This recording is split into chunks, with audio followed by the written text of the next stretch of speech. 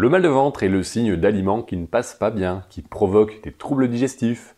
Bien sûr, c'est possible, mais il y a aussi le grand oublié du mal de ventre, le stress. Mais ici, on balayera encore plus large avec les émotions de manière générale. Cette mise à plat de nos réactions émotionnelles aura cette chance de pouvoir améliorer le mal de ventre. Bonjour, c'est Jérémy et voyons la première situation où les émotions nous jouent des tours. Nos traits de caractère jouent un rôle comme facteur pouvant amener à un mal de ventre. Ce n'est pas parce que l'on est naturellement plus babacool que le mal de ventre ne sera pas ressenti.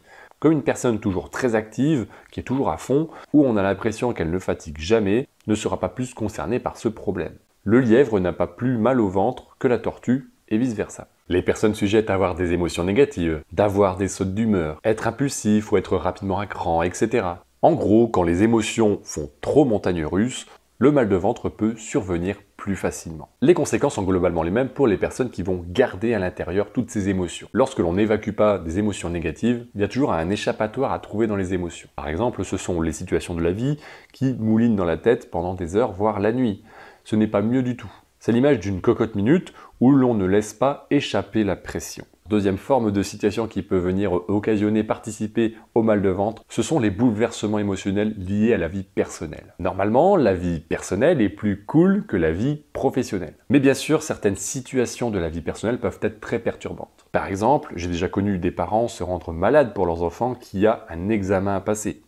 Un proche qui a de graves problèmes de santé, les situations familiales difficiles comme un divorce ou des conflits réguliers avec ses proches. Je ne suis pas là pour dresser un tableau noir, mais ces situations intenses de la vie peuvent participer à perturber la digestion et créer le mal de ventre. Autre cas beaucoup plus terre-à-terre mais bien réel de l'environnement familial, c'est de manger trop vite. Et également en trop grande quantité, parce qu'on a l'habitude ou parce que l'on manque de concentration.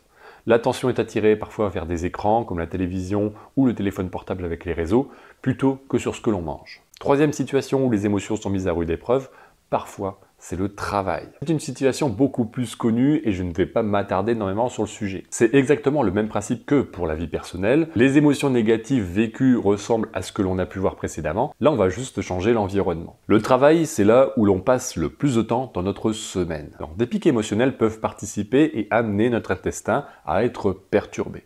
Pour rappel, l'intestin est un cerveau à part entière, au même titre que celui qu'on a dans le crâne.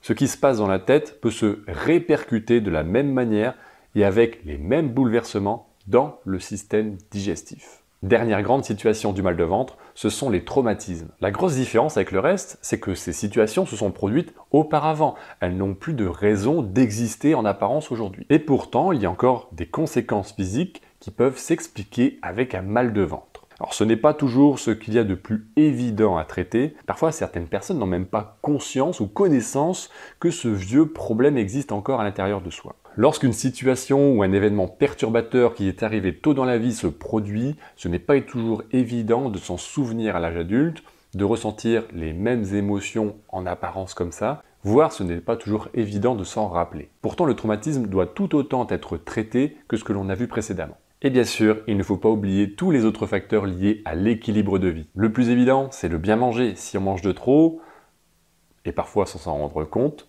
si on mange trop vite, des aliments qui ne conviennent pas au bon fonctionnement de notre corps, en gros, tout ce que je raconte depuis la création de cette chaîne, on facilite l'apparition du mal de ventre. Il faut bouger suffisamment. L'activité physique participe à limiter l'apparition du mal de ventre. Lorsque l'on s'est activé, il y a cet effet reposant juste après. Ça permet de se calmer émotionnellement et de mettre en état de repos également le système digestif. Prendre soin de soi, que l'on soit ouvrier ou un grand directeur, que l'on soit plutôt carriériste ou plutôt famille, que l'on soit une boule d'énergie ou un rat molosse, en référence à Pokémon, c'est exactement la même chose.